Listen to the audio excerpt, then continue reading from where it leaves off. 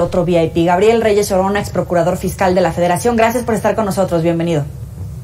Muy buenas tardes, un saludo a todos. Gabriel, como siempre me da mucho gusto saludarte porque queremos entender de qué estamos hablando hoy.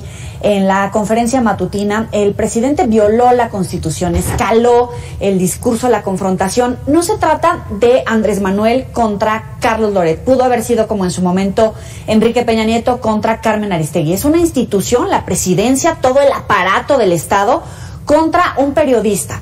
¿Dónde estamos? Como tú lo acabas de señalar, es un acto particularmente grave, que no debe de agotarse ni tratar de restringirse a una aparente disputa entre el presidente y un periodista. Aquí lo que hemos presenciado es un desbordamiento completo de la Constitución. ¿Por qué? Porque como tú sabes, el artículo 89 de la Constitución establece cuáles son las facultades y funciones del presidente de la República. Particularmente, él es el titular del Ejecutivo. ¿Qué quiere decir ejecutivo? Quiere decir que es el encargado de ejecutar las leyes. Dice la Constitución, proveer en la esfera administrativa el cumplimiento de las leyes. Es decir, él es el encargado de velar que las leyes tengan un estricto cumplimiento. Pero si tú revisas el catálogo de fracciones del artículo 89, ninguna de las funciones o facultades que vienen establecidas para el presidente de la República le permite hacer señalamientos puntuales respecto de particulares. No le permite revelar cualquier tipo de información, que en este caso se trata de datos personales. Por lo tanto, el presidente no solamente excedió el artículo 89, sino que violó el artículo 6º constitucional, que protege la información privada de las personas. En el momento en que no entendamos que existe un valladar, una limitante, una restricción en la esfera particular de las personas, estaremos cayendo en un régimen totalitario. La diferencia entre una democracia, entre un Estado moderno de derecho, un Estado de derecho, es precisamente la existencia de las garantías y los derechos fundamentales. ¿Qué son las garantías y los derechos fundamentales? Son límites, son restricciones para el poder público. El presidente de la República lo que hizo esta mañana fue reventar la esfera de protección particular de una persona. Pero al romper o reventar esta esfera de los derechos fundamentales, de las garantías del soberano, de la autoridad frente al particular, lo puede hacer con cualquiera de nosotros. Esto es precisamente la ruptura del Estado de Derecho mismo. No lo tratemos de hacer ligero, no lo tratemos de personalizar en Carlos Loret de Mola. Tenemos que verlo como un acto de autoridad que ha reventado la esfera de protección de un particular. Y cuando se hace de uno, se puede hacer respecto de cualquiera. Oye, lamentablemente, los mexicanos no nos indignamos suficientemente en el asunto de Rosario Robles, que ya es una presa política definitivamente. Y ahora, si no nos indignamos y no advertimos la gravedad de lo que pasó esta mañana, vamos a caer en un estado totalitario no muy tarde. Joel. Gabriel, es que es bien interesante porque si le das lectura, por ejemplo, en redes sociales, ¿no? Decían, pero ¿cuál es el problema? El presidente exhibió lo que gana un periodista, como el periodista exhibió lo que tiene la familia del presidente. Sin embargo, son dos figuras totalmente diferentes. Hay una ley que obliga a los funcionarios públicos a transparentar sus finanzas, precisamente porque son funcionarios, versus a un ciudadano que ejerce, en este caso, la profesión de periodismo. Pero pudo haber sido un contador, un administrador, alguien que le resulte incómodo y le puede pasar a esa persona también. Déjame puntualizar lo que acabas de decir. Es exactamente la visión contraria. El particular puede hacer todo aquello que no le está prohibido y la autoridad solamente puede hacer aquello que le está permitido. El periodismo se puede ejercer de manera libre en los estados de derecho, y mientras no se viole ninguna ley, mientras no se vulnere alguna prohibición legal, el periodista o la persona que haga el señalamiento se encuentra en el margen de la ley. Debemos de recordar que, tratándose de los servidores públicos, todas aquellas personas que dependan del servidor público deben de ser incorporadas a su declaración patrimonial. Esposa, y este personaje, hijos. el hijo mayor, el hijo mayor depende del hijo del presidente, dado que ninguno de sus hijos trabaja. Entonces, por un lado, se trata del dependiente económico del presidente de la República. Segundo, tenemos que ver que el presidente de la República solamente puede hacer lo que le está establecido. Sin embargo, aquí es mucho más grave, Joel. ¿Por qué?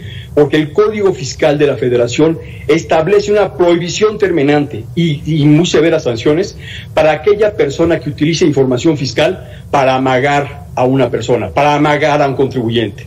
La pregunta inmediata es, ¿de dónde o de qué acervo público obtuvo el presidente esta información? Es que dice que se la pasaron en un papelito ahí cualquiera, tratando de minimizar porque sabe precisamente que va a haber cuestionamiento respecto a cómo obtuvo esta información. Él mismo se quejaba del CISEN, del espionaje de otros gobiernos hacia funcionarios públicos, senadores, periodistas, la sociedad civil en general, y parece que hoy estamos ante lo mismo, o peor. Así es, nada más que tratándose del presidente de la República, en el cual la investidura se ha hecho garras, se ha completamente hecho girones el respeto de la investidura presidencial. Ahora podríamos hablar de una embestidura presidencial, porque lo que está haciendo el presidente de la República es dándole consecuencias de autoridad a una información que le pasaron, dice él, en un papelito. En el momento que él la puso en la pantalla, en el momento que él la refirió, viniendo y procediendo de una autoridad, es una imputación, es un señalamiento que no puede considerarse más que viene de los acervos fiscales. Y si no viene de los acervos fiscales, verdaderamente estamos cayendo en un problema aún más grave. Estamos hablando en el retorno más brutal del espionaje de Estado. Quiere decir que los adversarios o aquellas personas incómodas al régimen son materia y objeto de una revisión por parte de una anónima autoridad que analiza y averigua la condición económica de las personas. Esto es, me parece, insisto, particularmente grave. Se ha violentado de manera muy severa el Estado de Derecho, mostrando a un presidente que no tiene ningún respeto por la Carta Fundamental. Y el hecho de que anuncie que va a pedir que se revise si pagó impuestos y que le va a pedir cuentas a las empresas que presuntamente tienen contratado a el periodista. ¿Qué significa eso? Pues mira, primero, si revisamos otra vez el acervo de facultades, este listado de atribuciones que tiene en la Constitución, esa facultad no la tiene. Ahora, uno de sus auxiliares, que es la Secretaría de Hacienda y Crédito Público, sí tiene esa facultad. Sin embargo, el problema no es si la autoridad va a ejercer o no sus funciones y atribuciones como autoridad fiscal, sino el hecho de que ante un cuestionamiento el presidente de la República responde empleando la fuerza del Estado para amagarlo, para intimidarlo, para presionarlo. Y esto es especialmente grave a nivel internacional, porque si uno lee la definición de tortura, el presidente de la República se encuentra en los linderos de lo que la definición internacional de tortura es, y tiene que ver con la pretensión de obtener un comportamiento o de inhibir un comportamiento de un ciudadano. Si comenzamos a pensar que la mañanera, el mensaje presidencial, es un mecanismo de intimidación, un mecanismo de amago, estamos nosotros en presencia de un acto concertado, reiterado y consistente de tortura. No restemos importancia a lo que pasó. Estamos en un acto de intimidación, del empleo de las facultades fiscales de la autoridad que el legislador le ha prohibido al Ejecutivo utilizar. Ha pasado por encima del Poder Legislativo, ya que el Poder Judicial no es capaz y no ha sido capaz de mantener al presidente de la República en el margen de actuación que la Constitución le marca. ¿Qué tenemos que poner atención como en todo este proceso? Porque hoy es viernes, evidentemente acapara la atención de los medios de comunicación, pero me llama la atención cómo llegó a nivel internacional. En Europa están retomando el tema, en Sudamérica están retomando el tema, en Estados Unidos, todos hacen referencia a un recordatorio, por ejemplo, del trato de la prensa de Nicolás Maduro, al cierre de ciertos medios de comunicación, a la persecución de ciertos periodistas. Lo mismo con Rafael Correa en Ecuador, lo mismo con Evo Morales en Bolivia. Estamos en ese camino del trato, de la confrontación del Estado, del uso del aparato contra la prensa que cuestiona a este caso el Ejecutivo. Mira, decía yo, no lo veamos como algo irrelevante. En el mundo lo van a ver como lo que es, un exceso, un abuso de autoridad que marca el talante, que marca el alcance que tiene el presidente para tratar de pasar de lo que él acusa es el chayote a lo que él pretende imponer en el país, que es la ley del garrote. Realmente el presidente de la República nos está conduciendo por un camino que no solamente va a ser materia de señalamiento internacional, sino que debería ser ya también una materia de análisis por parte de los organismos internacionales. Lo que hoy sucedió, repito, es reventar el pacto constitucional. Joely, en 1215 las constituciones nacieron porque el soberano se comprometió a respetar un mínimo de garantías, un mínimo de derechos fundamentales. Así nació la Carta Magna, precisamente estableciendo esta esfera de protección del particular. Lo que hizo el Ejecutivo esta mañana es lo que ha hecho López de Santana, es lo que ha hecho Porfirio Díaz, es lo que ha hecho cualquier tirano internacional o nacional, que es no respetar el valladar que la Constitución le representa, utilizando los elementos e instrumentos que tiene a su alcance para intimidar y amagar a un sujeto tratando de obtener un determinado comportamiento o inhibir algún determinado comportamiento. Joely, insisto, es un asunto que no debemos dejar de pasar los mexicanos, porque no se trata solo de Carlos Loret de Mola, se trata del Estado de Derecho.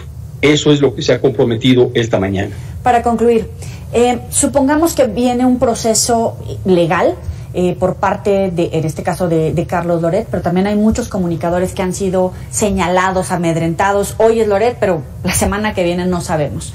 Pero al final, como tú decías, hay varios organismos, la Secretaría de Hacienda, puede ser que la Fiscalía, hay varios entes dentro del Estado que tendrían que reaccionar. El Estado contra el Estado contra el Ejecutivo. ¿Hay independencia de poderes o esta va a ser una de las grandes pruebas? Así es, mira, ya tenemos nosotros una clara muestra de este poder judicial sumiso, de este poder judicial arrodillado. Ahora la pregunta son las demás instancias.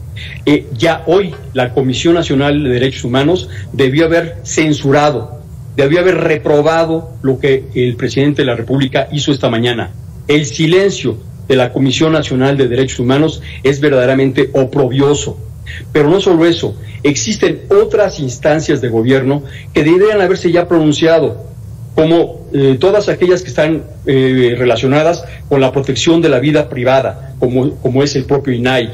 Y así nos podríamos seguir con todas aquellas que evitan o deben de evitar y proscribir la discriminación o la vejación de las personas. Lo que no debemos dejarlo o encapsularlo en una reyerta o en una pugna con Carlos Loret de Mola.